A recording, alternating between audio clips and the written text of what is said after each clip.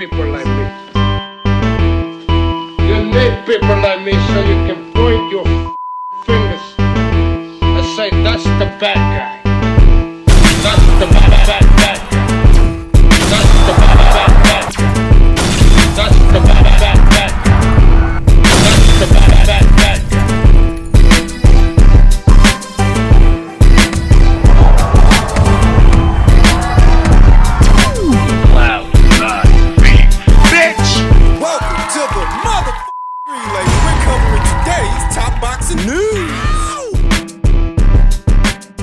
Okay, we'll start with this. The latest from Clarissa Shields ahead of her fight with Lonnie Daniels this weekend, who says she and Papoose are having a baby next year, and then maybe another one, a subject I've broached in passing once or twice on the live streams here on the channel. In jest. That Clarissa and Papoose seem to be getting along very well, and that Clarissa's approaching an age where the window of opportunity to have a child is beginning to close, and thus, having accomplished so much already in her respective weight classes, I wouldn't be surprised if she took time out in the not-so-distant future to have a baby. She wants to have two. How old is Clarissa? She's only 30 years old, but it's not just being 30 years old. It's being able to have a kid, or two, and still having enough time to bounce back, to come back to the sport of boxing. So this could see Clarissa Shields preoccupied for the next 1 or 2 years. Not dissimilar from what we're seeing with Denmark's Dina Thorsland,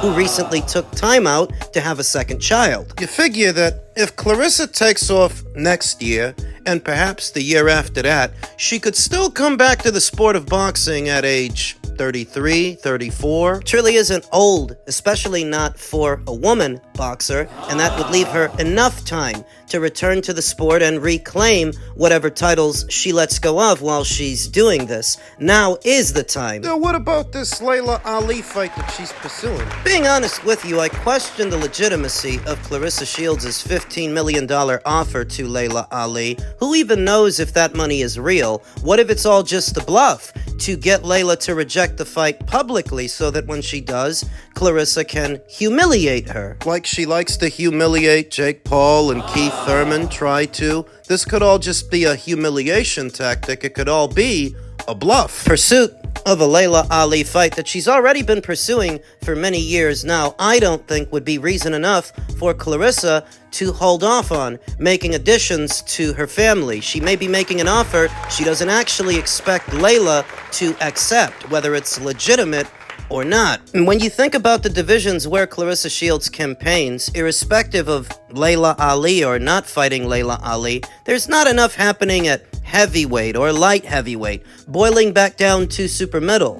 In a very general sense, there's a drought at those weights. There's not an abundance of high-profile fights and big fights at heavy or light heavy. And she's already been there and done that with both French on Cruz and Savannah Marshall at super middle. That now might actually be the most opportune time to expand upon her family. And while she does that, maybe some new faces start to pop up, some new fighters. She's bottlenecked most of the action anywhere in between 168 to heavyweight for some time now. This gives those divisions a chance to repopulate. It gives those divisions a breather. And it gives us a breather from her, because I can't stand the woman. So I interpret this as good news, that if Clarissa, in the not-so-distant future, is going to be absent from the sport of boxing because she is with child, or means to be, yeah, I look at that as a good thing, so that we don't have to deal with her. Let Papoose deal with her. Good riddance. Elsewhere in the world of boxing, new bill aims to establish a UFC-type structure for the sport. It would be the first major update to federal boxing legislation since 2000 and address significant issues within the sport. Congress is introducing bipartisan legislation on Wednesday to amend the Professional Boxing Safety Act in what would be the first major update to federal boxing legislation since the Muhammad Ali Act boxing reform in 2000. The new bill, the Muhammad Ali Act American Boxing Revival Act, introduced by members of Congress Brian Jack, and Sharice Davids would add supplemental provisions to current legislations that would allow for the creation of alternative systems called Unified Boxing Organizations, UBOs. The new provisions would allow UBOs to operate events, promulgate ratings, and award UBO championships, not unlike how the Ultimate Fighting Championship, the UFC, operates its MMA promotion. The bill also attempts to address significant issues in the sport. It sets a national minimum payment for all professional boxers at $150 per round. 6 states have a minimum below $150, while most have no minimums at all. It also creates a national minimum of $25,000 for health coverage for injuries sustained during a fight, higher than the current minimums in 43 states. The legislation is endorsed by the Association of Boxing Commissions and Lani Ali, the wife of Muhammad Ali, the Boxing Hall of Famer who passed away back in 2016. So they're increasing the minimum amount of money that you can pay a boxer for a professional boxing match. Some would call that a good thing. The sport of boxing provided a pathway for Muhammad to become a global sports and cultural icon, said Lani Ali. Boxing elevated his public platform and gave his voice to his fight for civil rights. If Muhammad was with us today, he would want to ensure the sport of boxing in America remained strong and viable for generations to come, providing opportunities for other athletes to pursue their goals and dreams, just like he did. Given its enhanced protections for boxers, I believe Muhammad would be proud to have his name associated with this bill.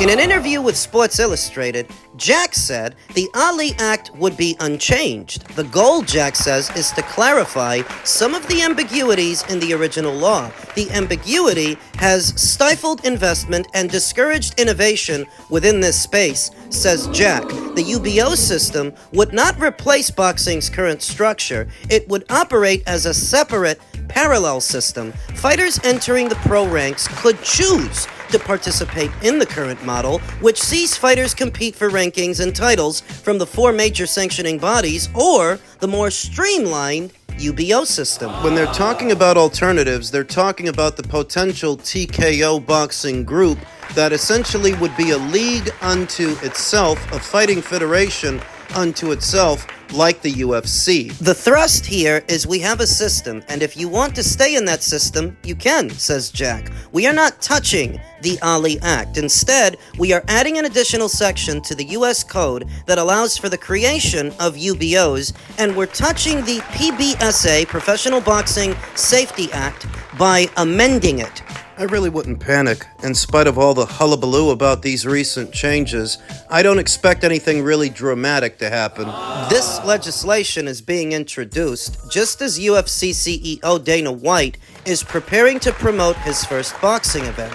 In March, White unveiled long-anticipated plans for TKO Group Holdings, the parent company of the UFC and WWE, to partner with Saudi Arabian official Turki Al-Sheikh to form a new boxing promotion. Preliminary reactions to this legislation are less than enthusiastic. Veteran boxing scribe Sean Zattel said, "What have I been saying all along? This is the play, and this is the story. The fights have served as a background to the real story. UFC fighters have sued the UFC and fled their model to make more money in boxing, and the fighters who wanted to be overpaid by Turkey." Veteran boxing fan and friend of the channel, Isan with the Nissan, said, "It's a bad day for boxing fans. Fighters are going to end up with major pay cuts and promoters controlling their own ranks. The top rank belt is crazy." But I think that Isan with the Nissan is assuming that there's going to be a top rank belt or a PBC belt, a matchroom belt.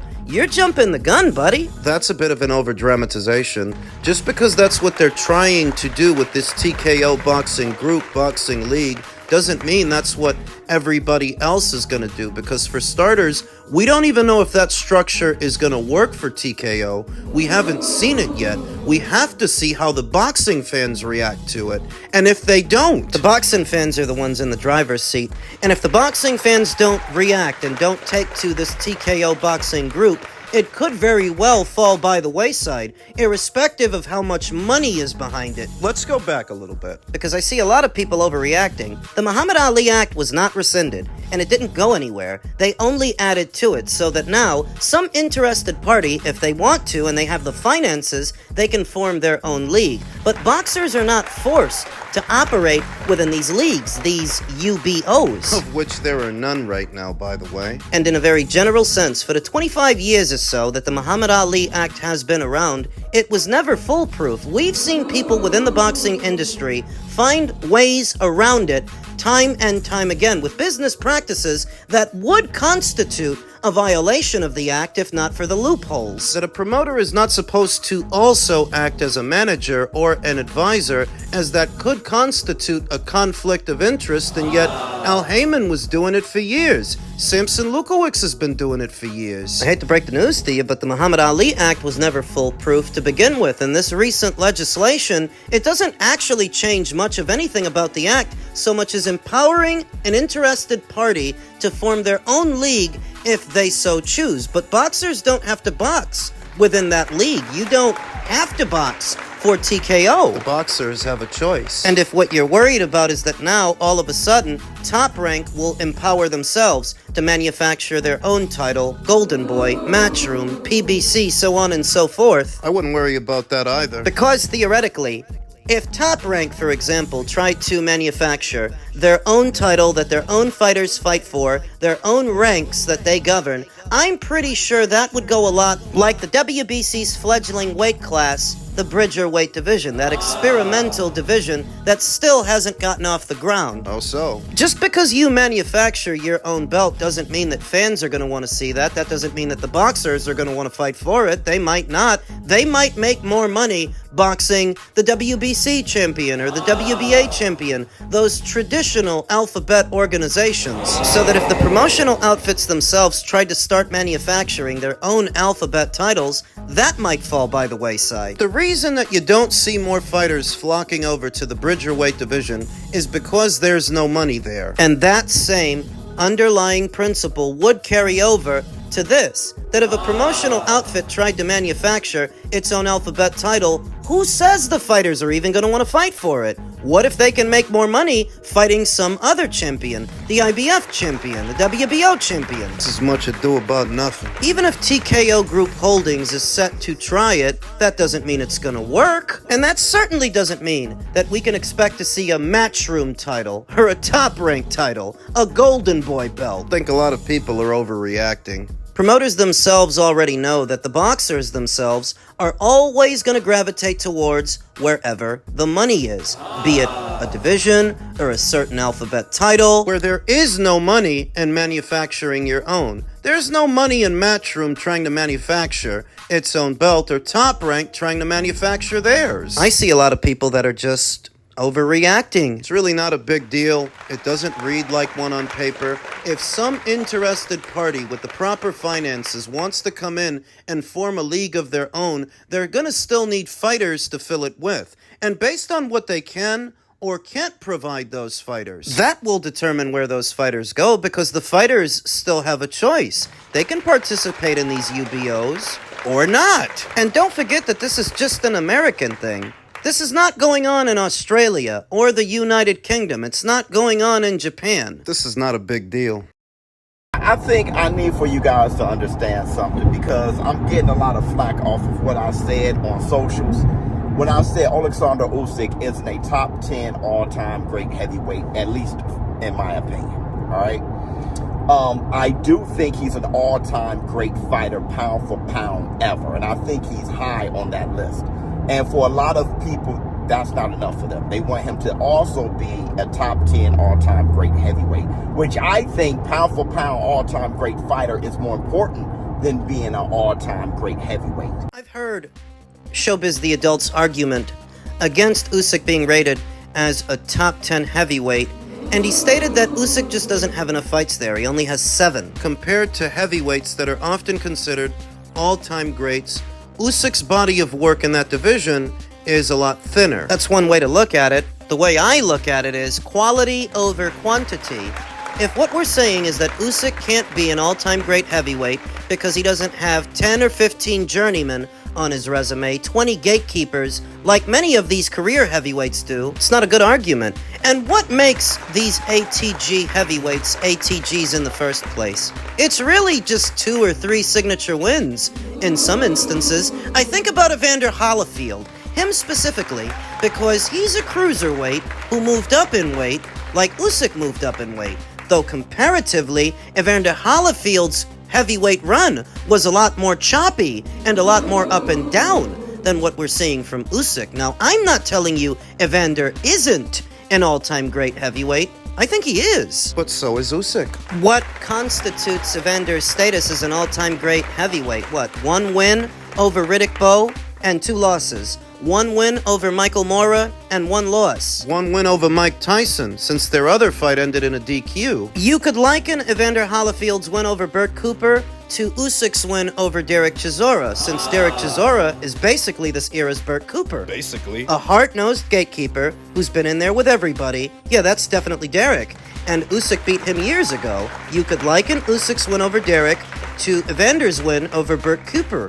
But of course, Evander's not thought of as an all-time great because he beat Burt Cooper. It's the signature wins, the big ones, that get him through the door. And of those signature wins, there are really only 2 or 3, maybe 4. Usyk's got 2 or 3. Evander's signature wins as a heavyweight. The single win over Riddick Bowe in their trilogy, the win over Mike Tyson. Maybe the win over Michael Moorer, or maybe the win over George Foreman. But he lost to Nikolai Valuev, to James Toney. He lost to Lennox Lewis. He lost to John Ruiz. So what are we saying? That because Evander Holyfield lost to these guys, that gives him a stronger argument to be an ATG than Alexander Usyk, whose heavyweight run has no blemishes. There's no fluff. There aren't many, if any, filler fights and fluff like what you see from so many other ATG heavyweights. One of the premier ATGs in Joe Louis, he had a thing called Joe Louis's Bum of the Month Club. So are we holding that against Usyk?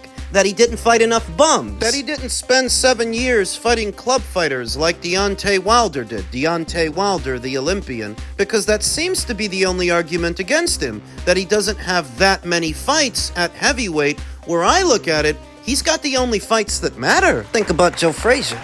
Often regarded as an ATG heavyweight, but he's only really got 2 or 3 signature wins. The singular win over Muhammad Ali in what was their trilogy. That's the one they remember him for.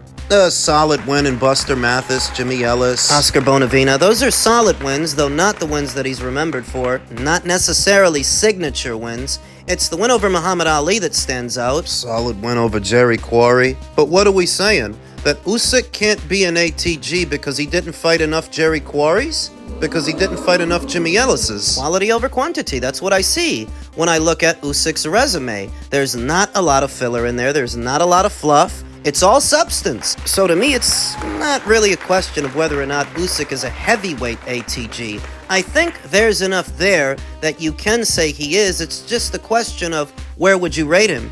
In the top 5? I don't know about that. Perhaps the top 10. I could see that. And definitely in the top 15 or top 20.